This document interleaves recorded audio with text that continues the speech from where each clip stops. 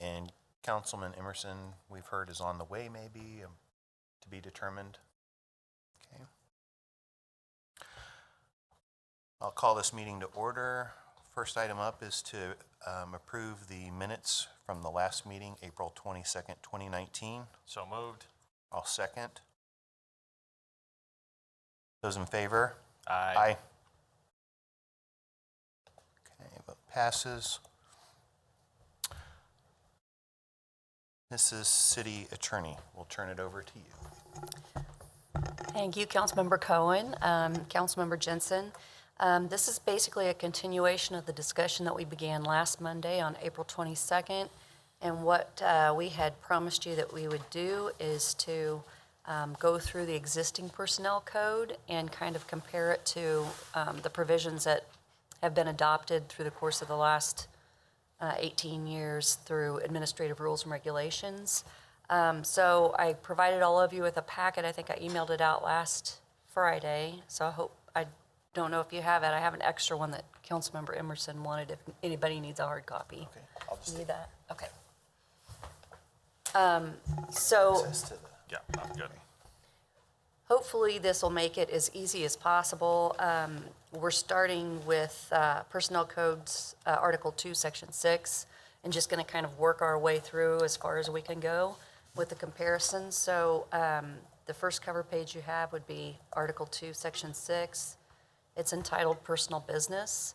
So attached under that cover sheet, you will see the language that's contained in the Personnel Code as it currently exists. It's basically a one-sentence, personal business is conducting personal business while on duty, and that shall be prohibited.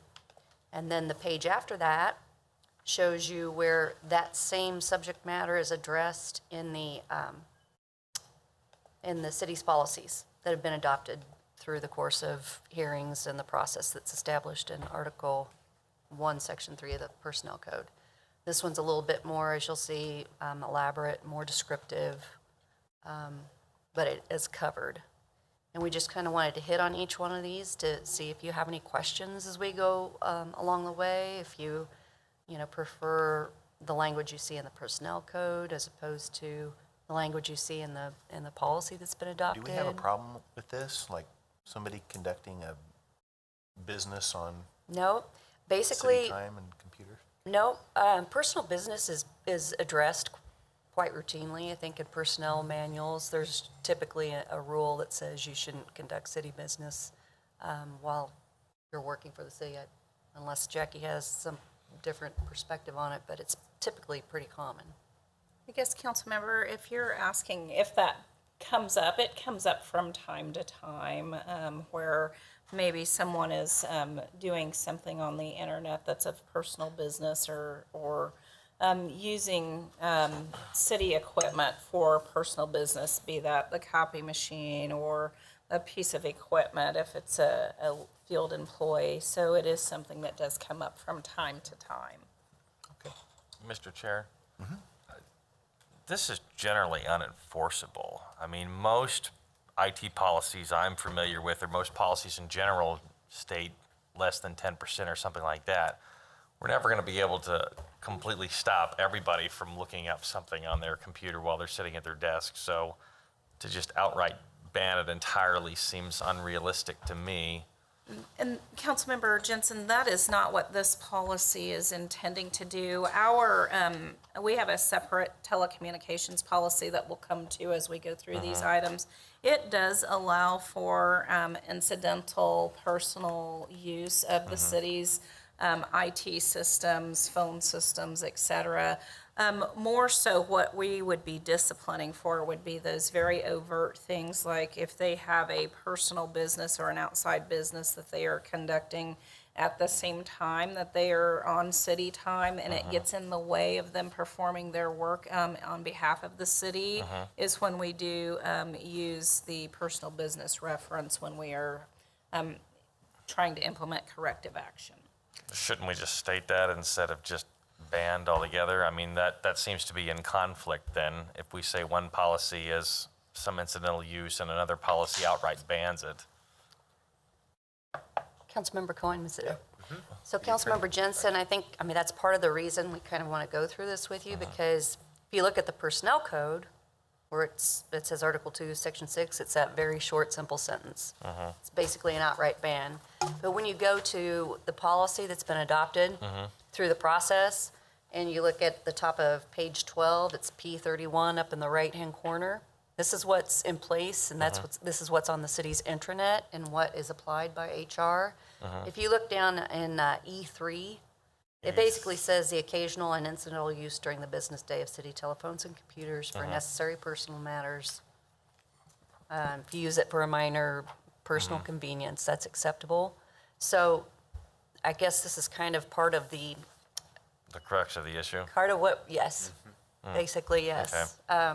So as things have evolved, basically taking into account what you've said on IT practices, that's where this policy has kind of come from. So you go from the you shall not conduct personal business to here's some things that are a little bit more realistic and in line with the way things work today. Because if somebody has a side business, I mean, I certainly want, obviously we don't want that to get in the way, clearly, Correct. of the duties that we assign you here, but I certainly wouldn't want to jeopardize somebody's secondary income because, you know, the iron fist of government is so much that you can't get an occasional phone call about your side business not being able to. So yeah, that it perfectly illustrates, I think you're right, why we need to clean these up. Because if we specifically state something somewhere and then later say, oh yeah, but it's okay to use the phone for that. Well, okay. So in what I got emailed, there's a bunch of things crossed out and then some green highlights. How am I to interpret that then? Because my assumption was green highlights are things we're keeping and the cross out stuff. No, actually, Councilmember Jensen, what I tried to do, and I apologize if it was confusing, I just wanted the focus to be on what we were comparing to. So up above is the residency requirement, down below is a conflict of interest. That doesn't have to do with what we're talking about on P131E. Right. So I just wanted you to do apples to apples on everything. What if I prefer oranges? All right, fine. Okay, so the next one we have, the next cover page is Personnel Code Article 2, Section 7, and this is the one that's entitled Conflict of Interest. So if you pull that up, this actually has the bottom half of that very same page below personal business. This is highlighted because we're looking right at conflict of interest. Yep. And it's a 2-paragraph, maybe 1-paragraph mention of what a conflict of interest is. So that's on pages 13 and 14 of the Personnel Code. And then if you look behind that, you will see, again, this is P131, which is the code of conduct that's been adopted by through the hearing process, and it's on the intranet, and the employees refer to it. It's got a lot more detail in what it is. So at the very bottom, it talks about preferential treatments prohibited. The next page, it gets into bids and negotiations and procurement and how there needs to be no conflict and no preferential treatment in that respect. The next page after that gets very detailed into gifts and gratuities, fees and honorariums. And then on page 5 of P131, starts with subsection C. That's where it actually gets into some of the very detailed conflict of interest provisions. So it's a lot more detailed.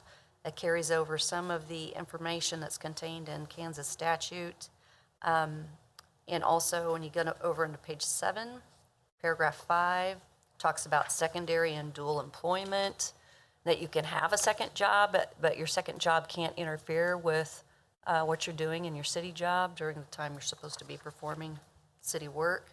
So that's another example. We've also included disclosure, distribution of confidential information, and then another more elaborate discussion of use of city position and resources. So it just gives you a little bit of flavor of what's been adopted compared to what's in the personnel code. I can see where streamlining that would make it much easier for employees to figure out what they're allowed to do and what they're not allowed to do. It's kind of hard because there's just not a lot of guidance that's provided in the personnel code as it exists. So this, we think at least, that the code of conduct provides a little bit better overview of what they can and cannot do. Any questions on that one? Any input? Anything else you'd like to see? I don't have any. Okay. Then the next cover sheet is Article 2, Section 8, and this talks about consideration given to achieve a promotion.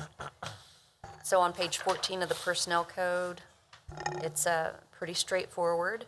And this same, I guess, mirror provision would be in, again, P131, which is the Code of Conduct, and that would be under fair and equal treatment, and it specifically calls this out in subsection A, which talks about prohibited actions with respect to appointment and promotion.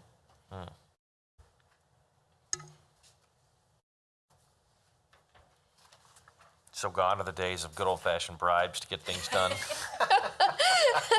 The good old boy system's over, I think, yes. Then Personnel Code Article 2, Section 9. This one's political activity. So when you pull it up on pages 14 and, it's only on page 14 of the Personnel Code. Section 9, subsections A, B, and C. It's a little bit different than what you find in, again, this is P131, Code of Conduct, in paragraph 7. It's a little bit more detailed with respect to involvement in the political process and what is allowed and what is not allowed. And lots of times, I don't know if this is accurate or not, but Jackie can correct me if I'm wrong. I'm assuming that, during political season, folks get asked to, participate in advertisements or whatever it may be with respect to a particular candidate, and this provides them with a lot more guidance, I think, on what's acceptable and what is not acceptable. Can they put a sign in their yard? You could, they can, but I'm gonna let these two. Yes, employees can put a sign in their yard based on, political candidates that they're supporting, et cetera. The thing is if an employee is running for a office, we generally have them take a leave of absence during the campaigning time, so that there is no conflict of interest perceived or actual. But that's only for city positions, correct? No, if they're running for like a county or state office, they would need to take a leave of absence as Really? well. Because of the campaigning, it's hard to make that separation from work and personal influence. You don't think that unduly creates a hardship on them? Because I'm assuming it would be unpaid leave. I can totally understand that if they were running for a city office, because then that's like campaigning to be your own boss, but a separate governmental entity, I mean, I would see that as just not interfering with your duties as a city employee. Certainly, it would be a leave of absence. They could use vacation time, but particularly if the individual is a member of management and they have authority over other employees, that could create some sort of an conflict of interest or an uncomfortable work situation. So our standard practice has been, we've had employees that have ran for city offices, county offices, and we have had them take leave of absence. I think that we almost have to look at it on a case-by-case basis. If it's a non-management employee that doesn't have influence and they're running for a non-city position, then that's looked at maybe a little differently. I know we've had employees that ran for school board. That was exactly where I was going. And we did not require them to take a leave of absence. Yeah. So we try to look at it on each individual basis and determine whether or not that would be warranted.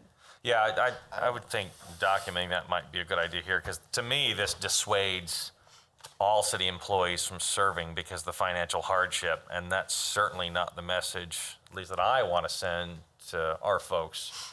I mean, I wholeheartedly agree with if you want to run for a city office, just because that gets kind of messy, but if you want to run for school board or a county or state position, there should be very little conflict of interest there, even implied, because it's, even if you're a manager, your employees are voting in a secret ballot box. Nobody really knows who you vote for. So I would be open to discussing that more if that makes it And easier. certainly our policy is to try not to inhibit that exercise of that right to do that or participate if you're an employee that's supportive of a certain election. but then also keeping in mind not creating conflicts of interest or politicizing the position that they hold with the city. Yeah. I'd be interested to know what other communities do there. And just as I read this policy, it's very, like I say, it heavily dissuades people from seeking elected office. But it's a delicate balance, I do understand. Certainly is. Okay. Any other comments on political activity? Okay. The next cover sheet you have talks about Article 2, Section 10 of the Personnel Code. It's employment of relatives. This is covered in P-131, Code of Conduct, and Section 3D, which is at the top of page 3. It's fairly similar. I think we may have added stepchild, step-sibling. I'm not 100% sure on that. Yeah. Yep. So it's a little bit broader, but basically the same thought process was applied. What's the process to resolve, I don't want to say an issue, but if my brother and I happen to work for the same department, not through any kind of coordination, but that prohibits me from going for any kind of promotion, what's the process to sort of sort that out? So it certainly depends on the size of the department, and the way the policy is that they can't be under the same supervision in the same section. So if there's multiple divisions of that department and they're under a different division manager, then they could work in the same department. For example, with fire, we try to make sure that they are not on the same shift because there's 3 shifts, and so we resolve it in that manner. Another example would be just ensuring maybe transferring one to a vacant position that they're qualified for in a different division to relieve that immediate family supervisory relationship. So if my brother and I both work at the fire department, there's no way I would ever be chief, essentially, is what you're saying. Not necessarily. If you were, let's just say if your brother was on A shift, we would have you be assigned to B or C shift, but that wouldn't preclude you from going all the way up into the management ranks. And we do have some situations where there are employees that their immediate family members are department directors, but there's several levels of management in between those, and so that's kind of how we have handled that. Okay. It's that immediate supervision. Anything else? The next one we had was Article 2, Section 11, which talks about multiple positions by one employee. This one is covered in an ARR in the on what you find on the intranet, the individual policies and ARRs that have been developed over the last 18 years. So it's a little bit, again, more elaborate. In most cases, you're going to find that what we have adopted through the process as personnel provisions have evolved is going to be a little bit more elaborate and explicit. So it's fairly straightforward. If you have any questions on that, we could definitely. One quick one. How do you balance when then, so if there's a vacancy, one employee, somebody has to fill vacancies. So generally those duties are handed to other people despite the fact that they're assigned to this vacant job. How do we balance the needs of the workload across multiple people without overwhelming them? I mean, what would prevent me as a department director from saying, I'm just going to take this job that's now vacant and hand it to Sam. Sam's going to do 2 people's jobs, and he's just going to be happy with that. So in another section that we'll get to, we do have out-of-class and acting capacity pay. And so when employees take on those extra duties, particularly if they're of a higher level or a special project, they may be put in an out-of-class situation where they receive additional pay for that, or an acting capacity if they're acting in a role of a vacant position that's in a higher grade than what they are assigned to and receive additional compensation as well. Fantastic. See, you guys are covering all these bases. I'm trying to throw curveballs here, and you're catching up. Not fair. Okay, the next one's Article 2, Section 12. This one's called solicitation, prohibits peddling, soliciting, selling charitable items. And we've covered this in the Code of Conduct, P-131. We added in this one, we reference solicitation, but we also reference gambling as well. So we kind of expanded a little bit on it here. So on this one, then that prevents me from bringing my son's popcorn thing to work? Girl Scout cookies. Yeah. What it prohibits is you doing that in workspace during work time. So typically, if the employees set that information up in the break room and employees can peruse through that in order on their break or lunch period, that is acceptable. But we try to limit them sending out an email blast saying, hey, my daughter's selling Girl Scout cookies, please order, and try to limit that to the work area in the break areas on their break or lunch period. Okay. I think that's appropriate. Excellent. So when we talk about our charitable causes at the council meeting, are we violating this code? Dun, dun, dun. I don't know that you are if you're encouraging people to, hey, go buy a duck, but you're not necessarily, I think governing body members are not. Selling them a duck. That's kind of the strange Or- thing with this whole situation. This really applies to employees. Okay. So it doesn't apply to governing body members. I know in the TMC, there's some references to it applies to governing body members if Yeah. explicitly stated. So that's kind of part of where we're trying to go with this, to try to shore it up a little bit. Because right now, the code applies to employees. So I don't want to say you can do whatever you want at council meetings, because you can't do that, but this strict language wouldn't apply to you all. And I view as what you're doing is basically announcing things.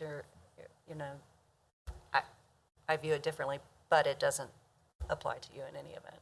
My only thing was that is I'm somewhat uncomfortable subjecting employees to something that I would not hold myself to. That just seems like bad leadership to me. But that's an interesting concept you brought up there, and how that would apply to us announcing things for nonprofits and that sort of thing. You guys Is have there any any thoughts on state law that prohibits or governs that in any capacity? that? I'm not aware of any. I suppose it would be one thing if I stood up there and advertised my business, but it's quite another if I'm advocating for a nonprofit that, helps That's the having community a or bake something. sale, or Yeah, something. or if we're, we get up there and announce some art festival or something like that that's coming to town. I think that's part of constituent service too, in a way. I think that, when folks mention that to you all and say, hey, could you mention this at the council meeting? It's not that you're circulating it and saying, I'll wait for all of you to fill this out and turn it in. You're just really making the information available to folks and saying, hey, this is happening in my district, within this community of which you all are a part. So I don't view it as crossing the line there, so. Okay, so Personnel Code Article 2, Section 13 talks about work breaks. We have a provision that we've put in our time and attendance policy that covers work breaks. The time and attendance policy is a lot more in-depth than what you'll find in here, but we do have a little provision that talks about work breaks. In the original policy that you'll see, it's on the city's intranet, it doesn't give a definition of work breaks and say 15-minute periods in the morning and 15-minute periods in the afternoon. So we do think we need to include some form of definition that's a little bit more explicit, kind of similar to what's in the code. But that's where we would address it in the time and attendance policy. So how do we balance what would be in this policy with what is in the bargaining units contracts so that we're, where we can, providing a balance of that across everybody so that everyone gets some sort of fair shake at a coffee break? This is fairly consistent, and really what we would rely on in that definition that Lisa alluded to, which is also, the principle that applies to the bargaining unit agreements, is anything less than 30 minutes is a rest period and paid, and anything more than 30 minutes would be considered a non-paid lunch break. And so those are the specific parameters that are outlined in the bargaining unit agreements, and just as here, the two 15-minute break periods, about those being paid, and then the non-paid lunch period. Would this also apply to people who choose to smoke? They need to smoke on those designated breaks, Okay. yes. Okay. The next would be Article 2, Section 14. This one's entitled Alcohol and Drug Use in the Workplace. So in the Personnel Code, it is fairly general in nature. And what you'll find in our administrative rule that's on the internet, this is a whole separate policy that's on just drug and alcohol-free workplace. So this isn't even in the Code of Conduct. I mean, it is its own. This is a whole can of Yeah, worms. and it's an 8-page policy. So it goes beyond, hey, you shouldn't do drugs or drink alcohol on the workplace, but this gets into some of the more, the testing that's done through HR, through Shannon Langston and risk management. If somebody's involved in an accident and they do post-accident testing, or if there's random drug testing, that's all addressed in the same policy as well. So it's a lot more elaborate, but Does that also cover police and fire when they're subject to callback?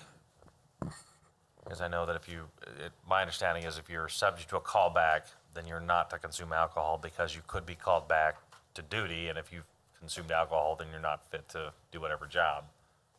So the drug and alcohol testing is covered in each of the police and fire contracts, and most bargaining unit agreements also cover those. But specific to callback, if an employee is affirmatively placed on call or subject to standby, then they do have to abide by the refraining of alcohol use during that time that they're subject to call. Okay, And excellent. those parameters are outlined in each of those agreements as well. any questions on this one other than that? This can get pretty detailed, this one, so. That is quite a document. There's a lot of definitions, and a lot of it has to do with, I think it's DOT provisions, the guidelines that have to be met in order to test folks that have been involved in accidents, especially ones with a particular type of license. Okay. Are they typically tested after some sort of incident and then they're tested?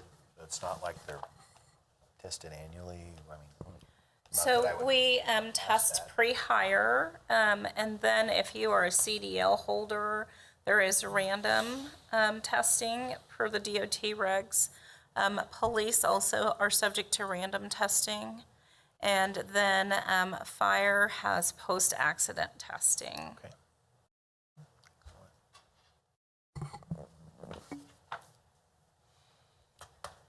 Okay. Attitude.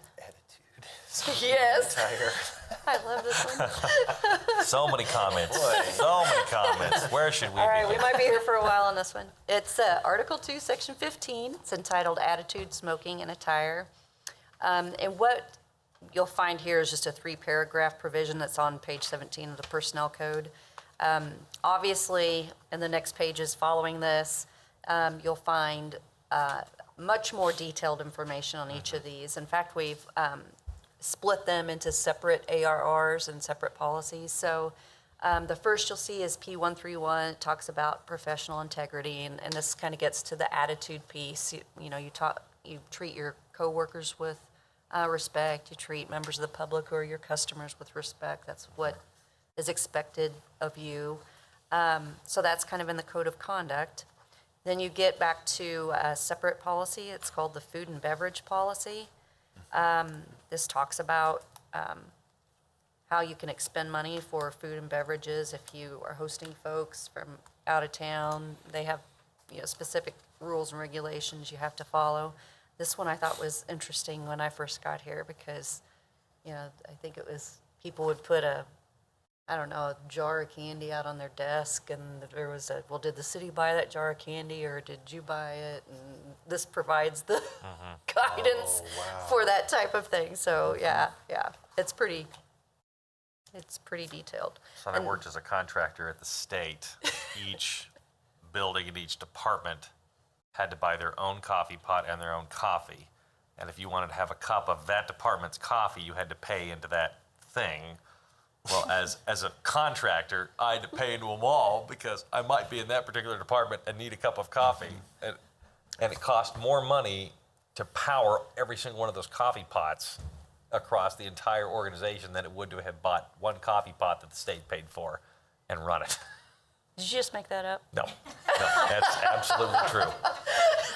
And now it's been quite some time since I was there, but yeah, everybody had to have their own coffee pot, and I can't tell you how much money they spent powering those things, but it was everywhere. Wow. So Yeah, we pay for our own coffee, but if folks come up, contractors what Yeah. have you, I mean, we don't charge them. oh no, you had to put your quarter in the thing. Oh, wow. My question. Are you wanting to add that to this policy? Oh, no.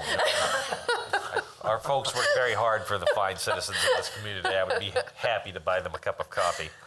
My brief question on this is, I know, especially with our folks in the police department, sometimes it's not always easy to be courteous to people in the community, especially when they're in a rough situation. And I certainly wouldn't want a police officer to get called on the carpet because of a perceived bad attitude that would violate policy. So how do we square that, or is that addressed already in the bargaining unit contract? It's more so addressed. The police have general orders that are work rules that work in combination with their bargaining unit agreement and these policies. And so certainly those sorts of situations are outlined in what would be acceptable conduct in those more difficult situations. Excellent. I just don't want to put anybody in a bad situation where they can't do their job because it might be perceived as violating a policy, and those guys have a hard enough time as it is. Okay, and just going down the same line here, we have a P128, which is the smoke and tobacco-free workplace. This is where it sets guidelines for where you can smoke, establishes areas, provides you the time periods within which you can smoke, that type of thing. And then the last one that's kind of tied into this whole attitude, attire, workplace piece is P106.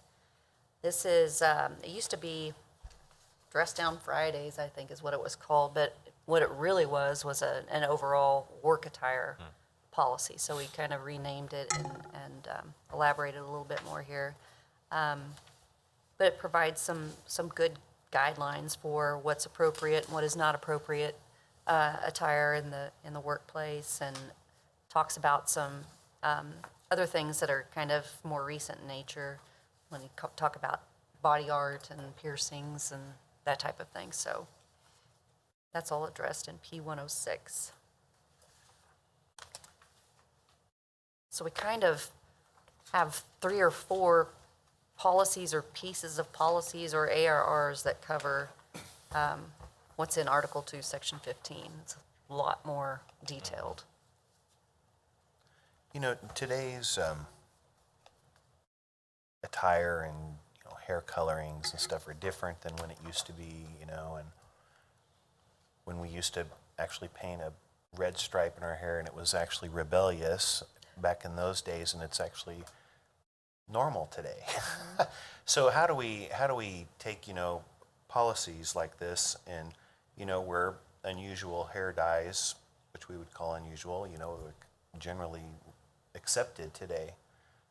Do we have something like that where, a distractive something in the workplace? I mean, anything like that? I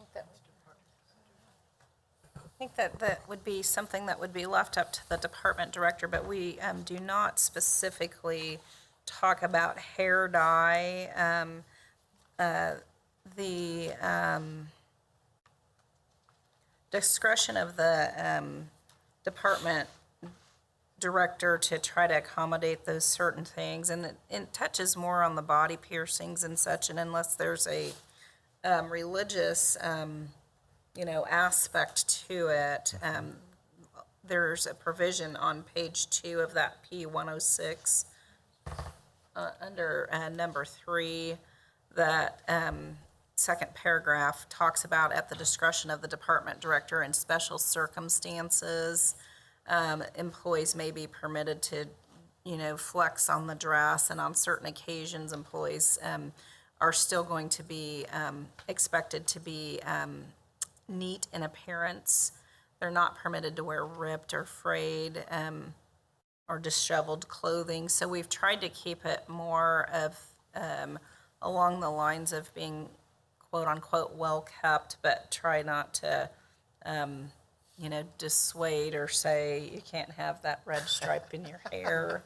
And then departments are able to apply discretion based on a lot of times their interaction with the public, and they designate whether or not their work area is a public area that would be requiring business attire versus a non-public area where it might be appropriate to wear jeans every day. Yeah. And then they can also address the tattoos and piercings in that same manner. So in some organizations, especially in this community, there's been some stink about how dress codes are generally discriminatory against women with modern styles and that sort of thing. How do we handle that situation here to ensure that we're not, and again, I'm a button-up shirt and slacks every day guy, so I'm wholly unqualified to discuss what half of these things are. But I know it exists, and how do we handle those situations? And is this policy flexible enough so we don't get ourselves into trouble? Do you want me to take this one? And if I've opened a huge can of worms, feel free to say, no, go away. Well, when we were, for example, on page 2 of P106, near the bottom, business attire, it's number 5, or casual or dress down. Kind of a big deal now is leggings in the workplace, and so we had to try to specify, and so at the bottom of that page, we say sweatpants, exercise pants, pants with holes, short shorts, bib overalls are typically not acceptable in the office environment, nor are leggings, spandex, or other form-fitting pants unless covered at least to the mid-thigh by a dress or appropriate length shirt. So we've tried to say if it's okay to wear leggings, but you have to at least have the mid-thigh covered by a dress or a shirt, as an example. And then we address the length of skirts in the next one, that the split is at or below the knee being acceptable. And then shirts, tops, blouses.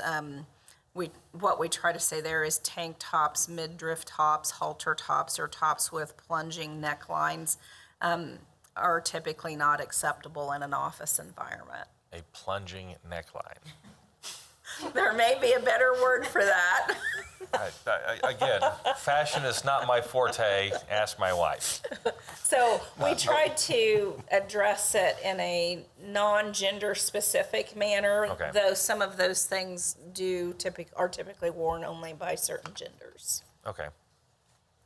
It's amazing the amount of conversation that this particular policy generated. It Well, took us a while to. It did, Yeah, it did. it's fascinating to me, all of the various things out there. Well, I think, according to the clothing that are allowed, or at the places where my kids shop, the low-cut jeans are now becoming higher-cut jeans. So maybe that trend is changing. Yeah. I recently learned that jean shorts were no longer acceptable. It's Yes. But that applies to men and women, right? I'm Any just telling you gender. that all of my jean shorts seem to have disappeared, so Oh, gosh. Okay, so the next is Article 2, Section 16. This was patents and copyrights. We don't have a corresponding policy or ARR on this one, so I'm not exactly sure where it came from. If it's needed, we may want to address it perhaps in the municipal code. Seems like it might be more of a policy issue. I'm not sure, but Well, in the there's not private anything that sector, corresponds. in the private sector, if you are working under someone's employee and you create something, it belongs to them, not you. And I wonder if this has It's something to taken do maybe with from that. private sector language. Yeah, or- because when I worked for, when I had a corporate job, if I designed anything, it was the property. They own it. Yeah, yeah, of the company and not me. So if the water guys designed a new kind of ratchet or something like that, it would be the property of the city and not the employee. Okay, so we'll look into maybe the most Yeah, and I was appropriate gonna say too, I think that it would be guidelines for employees, and maybe we need to partner with communications, because I do think that we did start on something to make sure that in our creation of publications, et cetera, we're not infringing on other copyrights, and I believe that communications has maybe worked on some guidelines to proper citing of websites, et cetera, that might have proprietary information.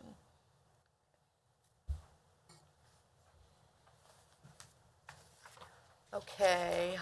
Personnel Code, Article 2, Section 17, this one deals with outside employment. We touched on it a little bit earlier, but it's a specific separate section in the Personnel Code.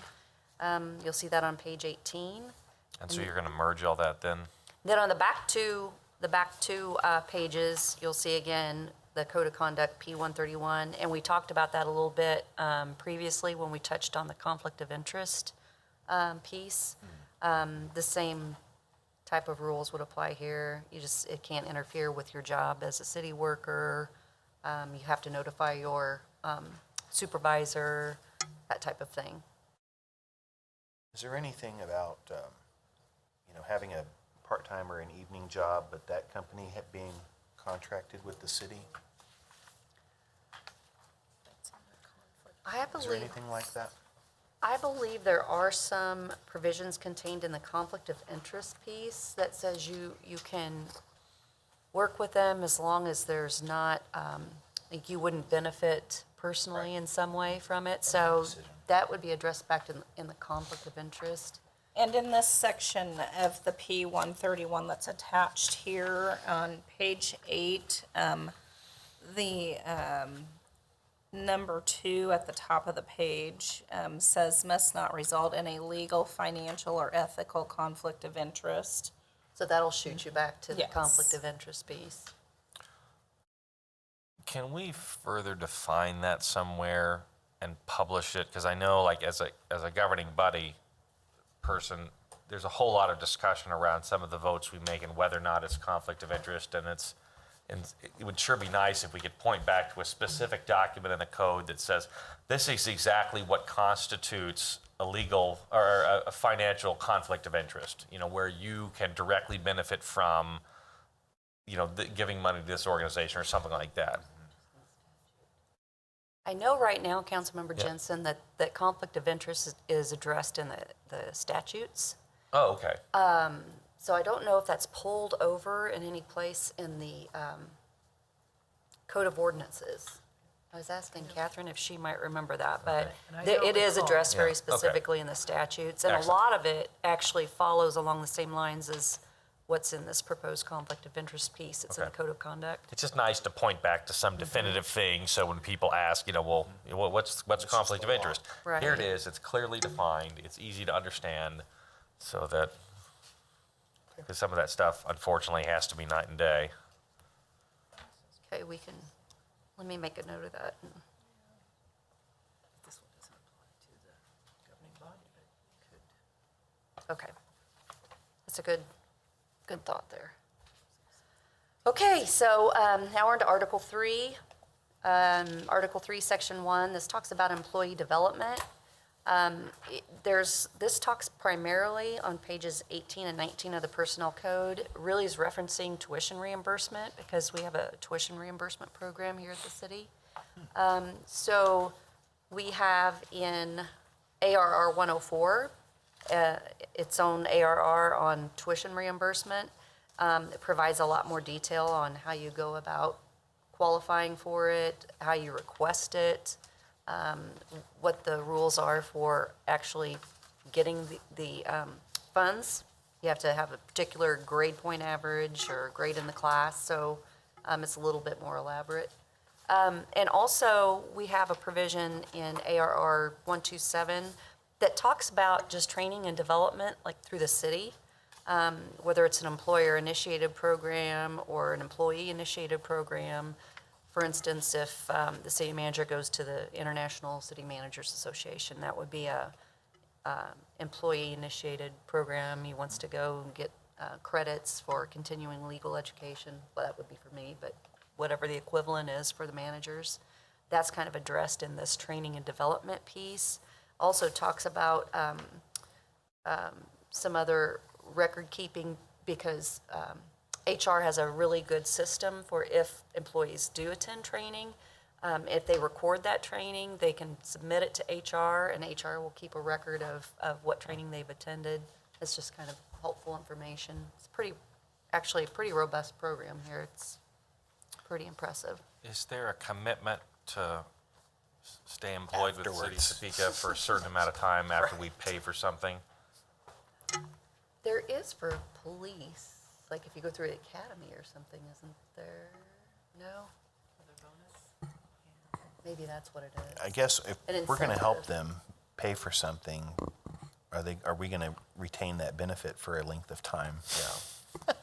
That's a great question. We currently don't have any provisions along those lines. I would think it would be prudent if we're going to invest in someone to expect some kind of reasonable return on that investment. I mean, I'm not saying make them work for us for, 20 years, but At least a year, yeah, or two. we should definitely be getting some kind of measurable benefit out of that.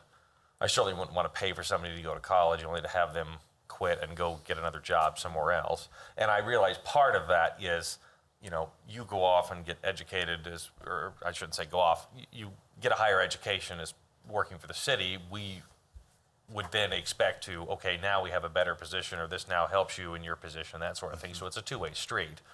On one hand, we need to be prepared to leverage that, but at the same time, I would expect some sort of return on that. I agree. Okay, so Councilmember Jensen, I understand you're talking about the tuition reimbursement program. I was going to say with some of the other programs, that might be a little bit difficult if they just Agreed, went yeah. to Dr. Peak went to the Public Works Association. Yeah, yeah. Or CEOs if and the things. finance director went to the GFOA. That Right. might Well, be I'm more hard to say. thinking, you get a bachelor's degree or something like that on the city's dime. We need to be able to offer you a position that leverages that degree, and then we would expect you to stick around for a little while so we can reap the benefit of having helped you acquire that degree. Okay, yeah, So- okay. I made a note of that. That's something we need to look into. The next is Article 3, Section 2. This talks about employee health. This one's found on pages 19, 20, 21, 22, 23 of the Personnel Code. This is one of the kind of longer provisions.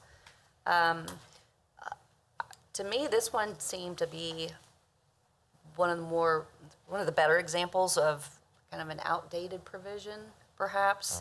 And what we did was come up with, I think this might be a new ARR. We came up with an ARR, an occupational health program. And then we have a separate ARR for fitness for duty, transitional duty assignment, which is kind of what Jackie alluded to. Or is that the one you talked about? I'm sorry. No, that was a temporary assignment. I'm sorry. Back me up. So the occupational health program just talks about some of the things that are in the personnel code when it's talking about physical fitness incentive, that type of thing. What we do now, and Jackie's probably going to be better at explaining it, but every year the employees go through a process where they have the health screenings, and there's certain incentives for not smoking and that type of thing. So some of that's kind of outlined in the occupational health piece here. And then the fitness for duty is more of a risk management to make sure that if you were off duty or taken off duty due to workers' comp or something, that before you return to duty, you've been certified by a medical professional that you're able to perform the functions safely and without any harm to yourself or others. So this part doesn't apply to families of employees? The occupational health program is specific to employees and their ability to perform their essential job functions. Okay. There is a provision later on, Councilmember Jensen. I don't think we'll get to it in this batch, but talks about the employee health care plan. And that's a little bit, I guess, broader in nature because you can actually place your family on those plans if you wish. Okay. But that, we'll talk about that Yep. for sure. I will save my questions for that then. And then Article 3, Section 3, this pertains to employee safety. So right now, it's just talks about regulations and then protective safety gear, and that's really all that the Personnel Code talks about. So what has been developed is a P111. It covers emergency management, employee safety, and building and facility security, but for purposes of matching up the Personnel Code section, Section 3, you'd refer to pages 2 through 3 of P111. And this talks about employee safety issues. It talks about it from a risk management perspective, which is probably more of what we would focus on here, but also just the general emergency management perspective. Is this where we would insert a clause for escorting visitors around the buildings? That would be part of the building and facility security piece, Okay. which is also part of P111. Okay. But that I would wouldn't be like an to see employee us safety insert that in piece. there, that employees are required to escort visitors in non-public spaces. We talked about that as a council a year ago, and it never went anywhere. So, Didn't we have a discussion about, oh, maybe you haven't gotten there yet. The concealed handguns in the workplace? That's actually the second one that I attached Okay, to yeah, employee next one. safety. Oh, I'm sorry, I jumped ahead. yeah, No, we it's had fine. to redo a bunch of that when the state law changed. That's fine. So that one is attached, it's P101, and it's called Concealed Handguns in the Workplace.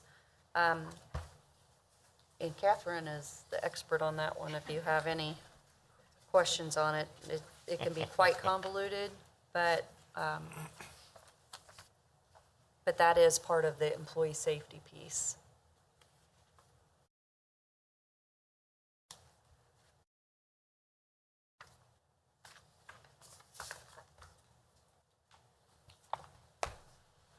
Any questions on that in Yeah, I do. particular? So when we were talking about it, it was been a year ago, I think. We were talking about updating, I think this, is that, where was that in here? Let's see. Well, it looks like it was last updated in February of this year. Oh, in February? I remember us having a discussion about Oh, correct. What is It was, employees. Huh? I'm sorry. The last time I think it was amended is because the exemptions that we used to have for some of our buildings, including City Hall, expired at the end of 18. So that would have prompted the February 2019 Okay. changes.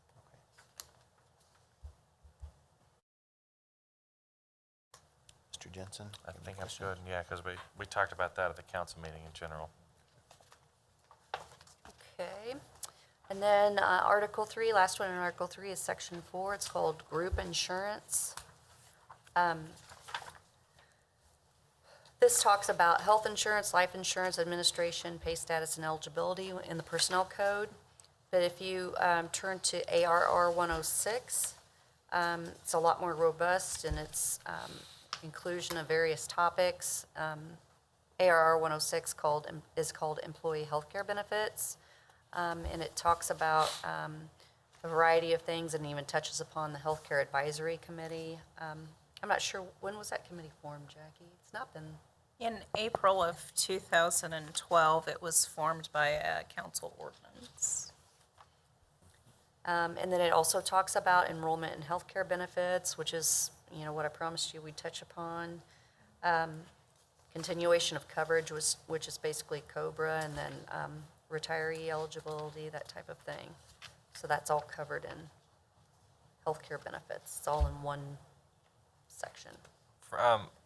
How do we handle adult children on the, so like I'm on the city's health insurance and my wife had to come in and do the tobacco test so we could be on the silver buy-up thing, which I found hilarious given that she was 8 months pregnant.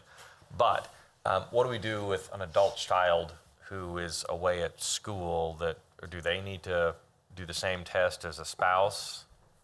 Under the regulations, we do not test for wellness incentive dependent children on the plan. Only spouses or participants under the wellness regulations. Given that we now have to cover adult children, is that something that should be visited?